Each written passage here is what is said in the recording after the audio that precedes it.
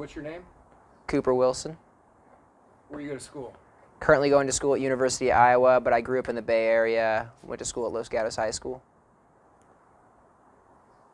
So, is this a good year to go solar? This year is by far the best year there's ever been to go solar. I mean, obviously, technology improves every year. The amount you could get out of one panel is just way higher than it's ever been. But also, this year right now, they have a 30% tax credit in place, so like the government will pay for 30% of your system. They made that tax credit way before the technology was this good. Like, you shouldn't be getting that much off your system with panels this good right now. So there hasn't ever been a deal like that, and it's going to go down next year, so you really got to capitalize on it in 2019. Another thing is that we all know PG&E rates raise around 4 to 5% each year, but the rate increases we're about to see are going to be way worse than they've ever been. Basically, the way that they used to charge it is the rate you're charged on your power depends on how much you use. If you use a ton, you're in the highest bracket. If you are like a typical family, you're usually in the lowest to the middle bracket. Basically, the way they're going to switch it is that the rate you pay on power depends on when you use the power. So the highest bracket is now from 3 p.m. to 8 p.m., not just the super high users. So that's when most people use their power. So essentially, every residential family is going to see their power bill basically double when they move from the overall use to the time of use plan.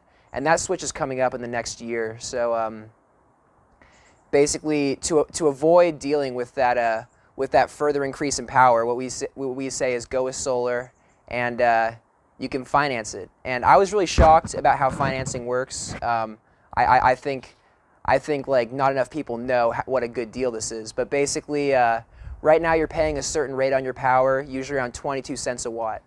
The way financing works is we give you a new rate, and it's going to be lower basically every time, because if it's not lower, we're not selling you the solar system. So say like we'll give you a new rate, say it's 16 cents per watt, so you're going down 6 cents per watt, say it's somewhere around there. And basically every month when you're paying that new 16 cents a watt rate that was actually lower than your original PG&E rate, that's going towards paying off the solar system. We see people pay them off from anywhere from like 6 to 15 years, you know, that kind of area.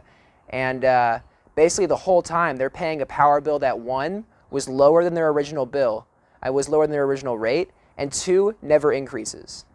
It stays flat. So as inflation goes up and each dollar is worth less, you're paying that same amount of money.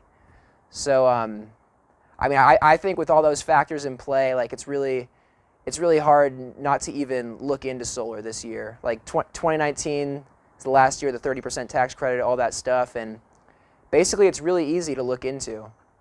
All we need is your monthly power use data, basically what you're spending on power, and we can get really accurate numbers for how your solar panels are going to perform, and then you can basically decide, like, does it work for you? What kind of roofs can you do solar on?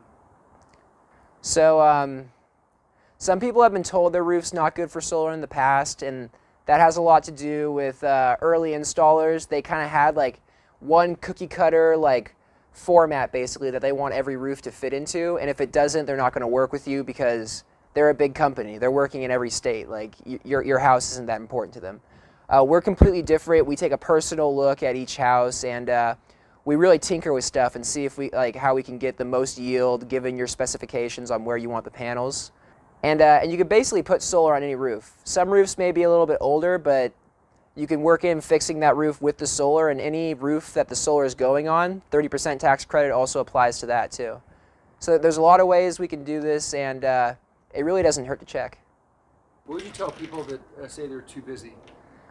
Well, I mean, like, I completely understand that. It's an unanticipated use of time, so like I see you not wanting to take time out of an already busy schedule towards it, but max it's 5 to 10 minutes if everything works out with the numbers and stuff. You just need to go online. We have videos explaining how to get your accurate PG&E data. You just got to send it to us, and then we do everything else. We make up the proposal, we send it to you. You just have to look it over, and then if you decide you want to go with solar, from there we do all the work, you know.